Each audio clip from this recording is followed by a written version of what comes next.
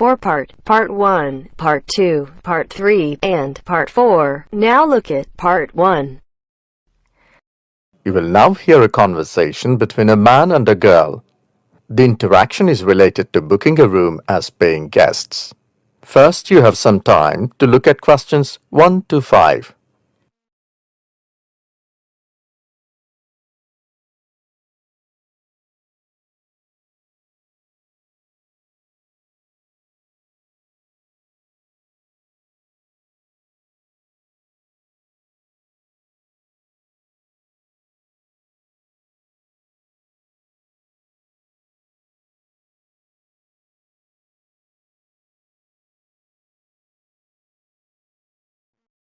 Hi, good morning. My name is Peter. How may I help you? Hi, my name is Lisa. I've come to know that you hire out rooms as paying guests to overseas students. Yes, we do. We have various sized accommodation. What are you looking for? I'm looking for a room which is neither too big nor too small, and we need a room that can accommodate 2 people with a small balcony and a garden. Along with this, it should be near to the college campus.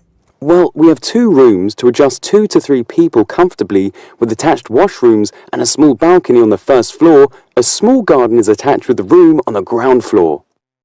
It seems as if it might be suitable. It is very clean and well maintained. I tried various places. Either they're far from my college or their maintenance is not so good. Okay, now what is the rent? It's $300 per week or $1,000 per month. Whatever you like. We do all the legal formalities first to avoid any consequences later. It's a little expensive. Can it be $250 per week? We would like to pay weekly. It will be convenient for me and my friend. Okay. Can you tell me when you're thinking to rent it from? Would you like to hire it from this week or next week? Whatever you decide, you have to pay security of $500 to book it. Okay, that's fine. I can pay it now and we'll rent it from this Monday. Okay. We don't allow smoking in the premises. We only allow playing soft music at low volume. That's okay. I think what I and my friend need is all here. I'm happy to go ahead. Now look at questions 6 to 10.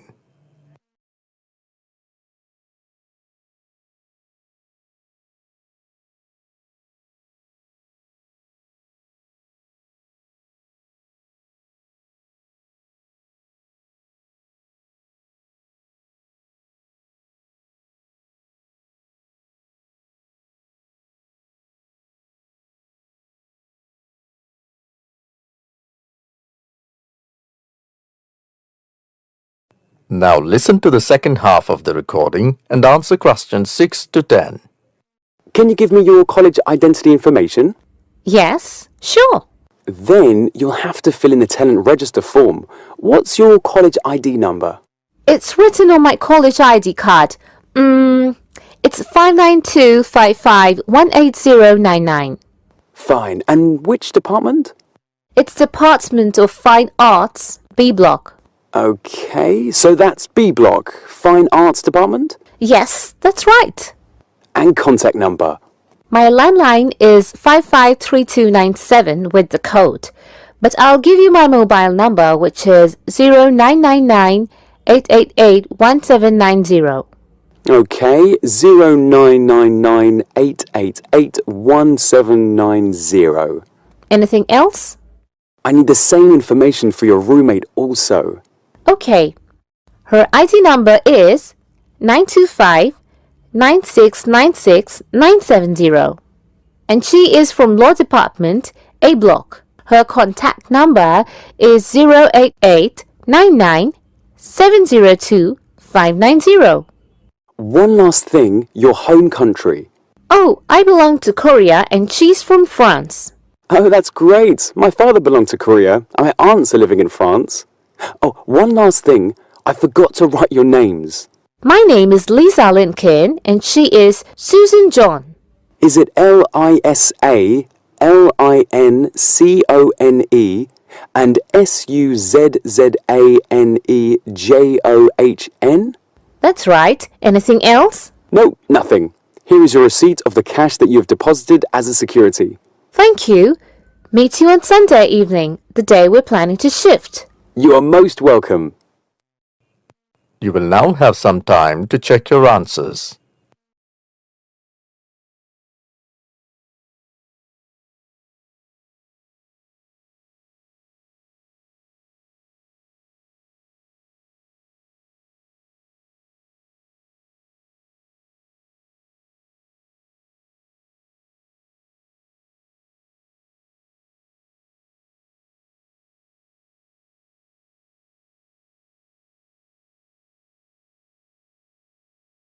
Now turns to part 2.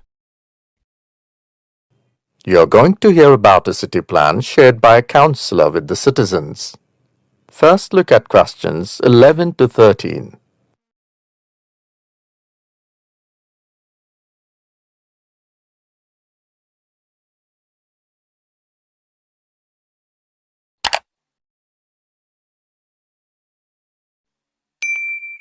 Now listen to the recording and answer questions 11 to 13. Good afternoon, ladies and gentlemen. My name is Councillor Rosie Michael, and welcome to the yearly meeting about the development of the city. The meeting is specially related to the site in the city centre, which has been lying unused for more than a decade. There has been pressure on the council to use the land to build a shopping mall. However, we have been encouraged by people to use the land for the welfare of people, as it is a central place of the city, so it should be used for the benefit of the community. And now I have the pleasure to announce that the project which has got approval is a sports centre, a park and a small library. I'm also pleased to announce that many local organizations have come forward to sponsor the projects which will help the government to complete it in a shorter span of time. A more detailed plan is available on the council's official website. In the meantime, I'd like to show you the plan on the screen. Now look at questions 14 to 20.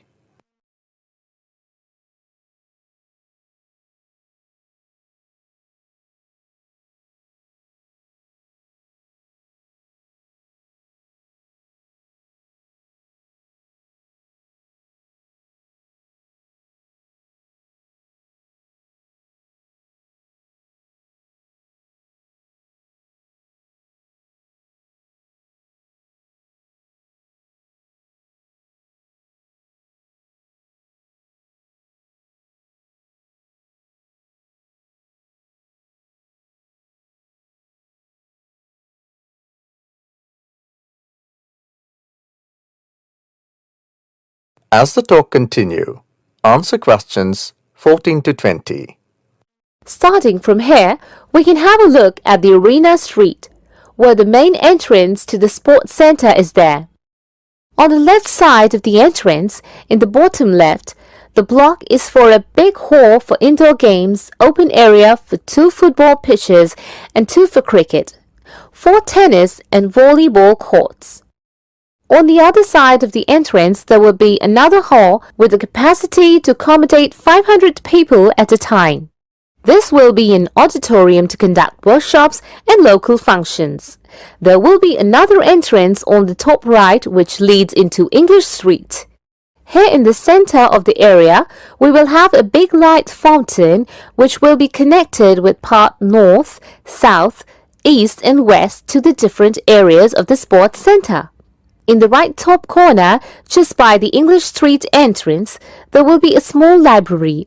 Of course, an educational area where elders can enjoy reading and mothers can enhance reading skills of their children. By the side of the library, a huge parking space is also planned.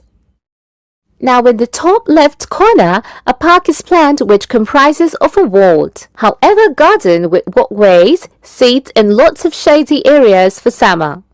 Next to this there will be a cactus and a botanical garden. In the same corner there will be swings and play area for children. More trees would be planted here to maintain the greenery and attractiveness of the place. And finally, in the bottom right-hand corner, near to the auditorium, will be a cafe opening onto English Street. And now, If anyone would like to ask any questions, I and some other government officials would be happy to oblige. You will now have some time to check your answers.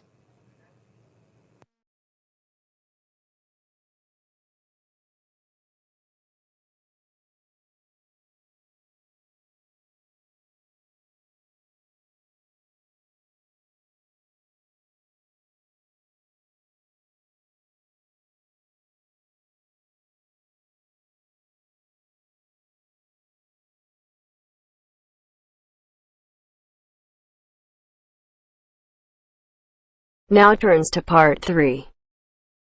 You will hear conversations between a lecturer and a student. Both of them are talking about the taste of music among students. Now look at questions 21 to 24.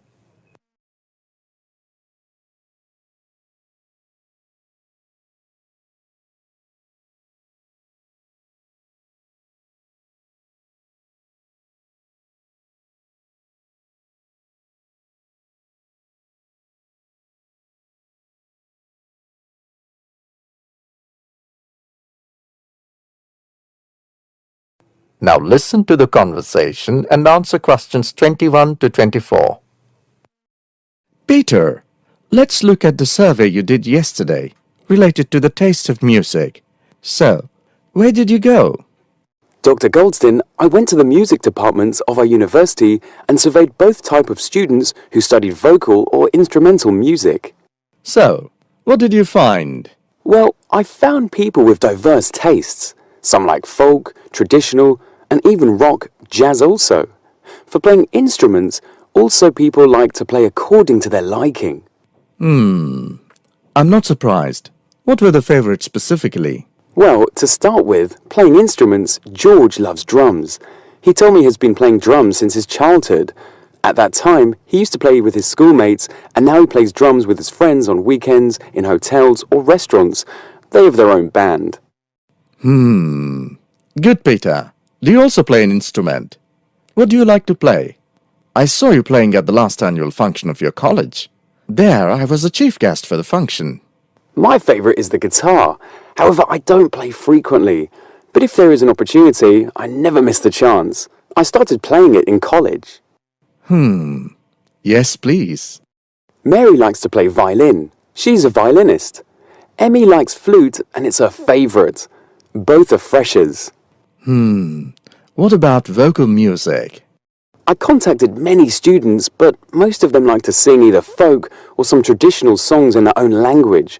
Most of the girls in the department are from Spain, so they sing songs in Spanish, and the boys are from India, and obviously they sing their Bollywood-style songs. How interesting. Some other students like to listen to opera and love to go see a performance. They say they like to be spectators rather than performing. Thank you, Peter. It's amazing to know about the tastes of different students learning music in our university. I'll definitely call you at the time of performance. Now I want to switch discussion with a professor of Department of Music from another university. The discussion is mainly on the advantages and physiological effects of music. Now look at questions 25 to 30.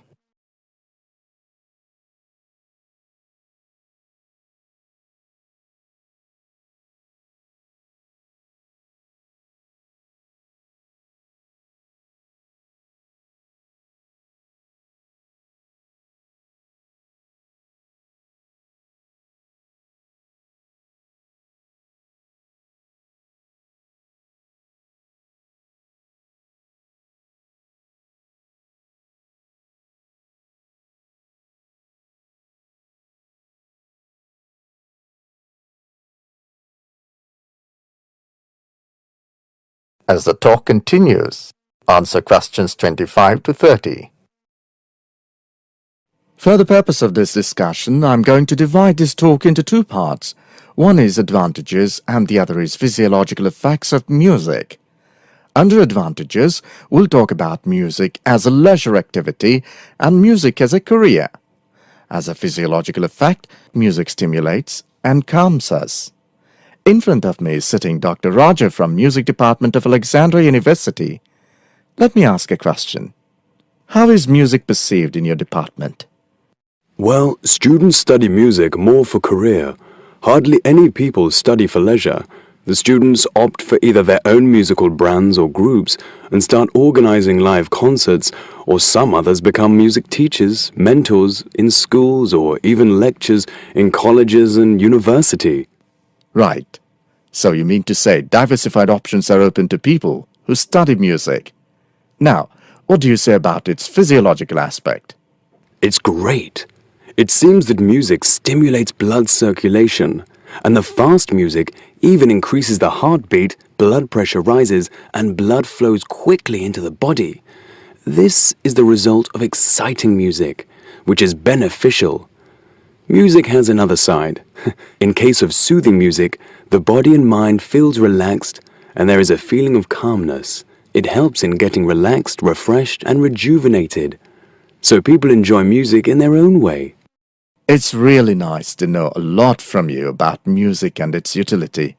I think this will help not only the general people, but also the students studying music.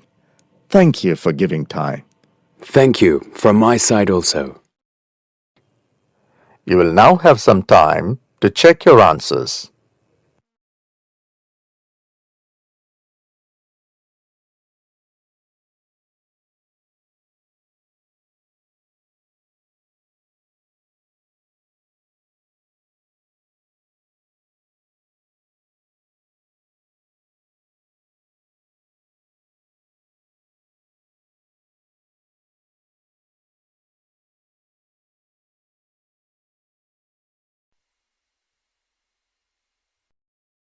Now turns to part 4. You will hear an extract from a talk given by a production manager on the process of paper making in a factory. First, you have some time to look at questions 31 to 35.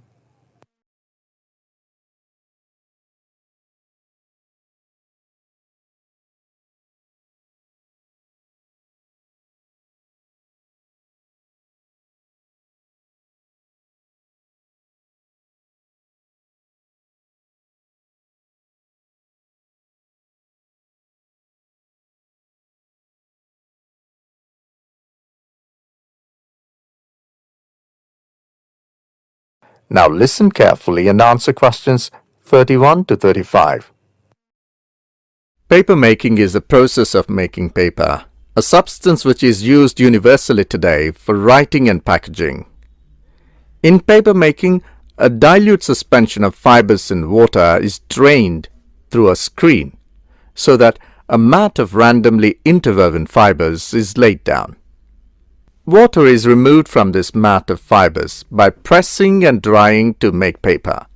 Since the invention of the Ford denier machine in the 19th century, most paper has been made from wood pulp because of cost. But other fiber sources such as cotton and textiles are used for high-quality papers. One common measure of a paper's quality is its non-wood pulp content. Example, 25% cotton, 50% rag, etc. Previously, paper was made up of rags and hemp as well as other materials. Paper making, regardless of the scale on which it is done, involves making a dilute suspension of fibers in water and allowing this suspension to drain through a screen so that a mat of randomly interwoven fibers is laid down. Water is then removed from this mat of fibers using a press. The method of manual paper making has changed very little over time despite advances in technologies. The process of manufacturing handmade paper can be generalized into 5 steps. 1. Separating the useful fiber from the rest of raw material. Example, cellulose from wood, cotton, etc. 2. Beating down the fiber into pulp. 3. Adjusting the color, mechanical, chemical, biological, and other properties of the paper by adding special chemical premixes.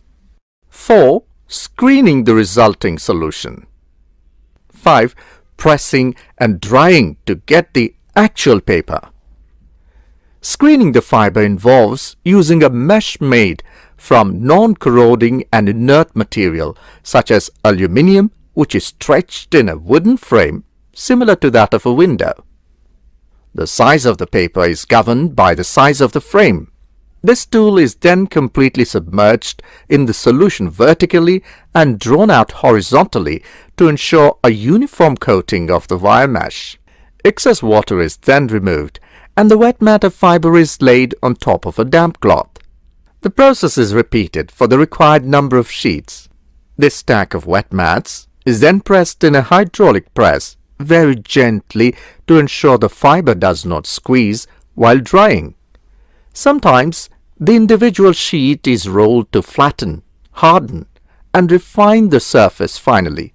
The paper is then cut to the desired shape or the standard shape A4, letter, legal, etc. and packed. Now look at questions 36 to 40.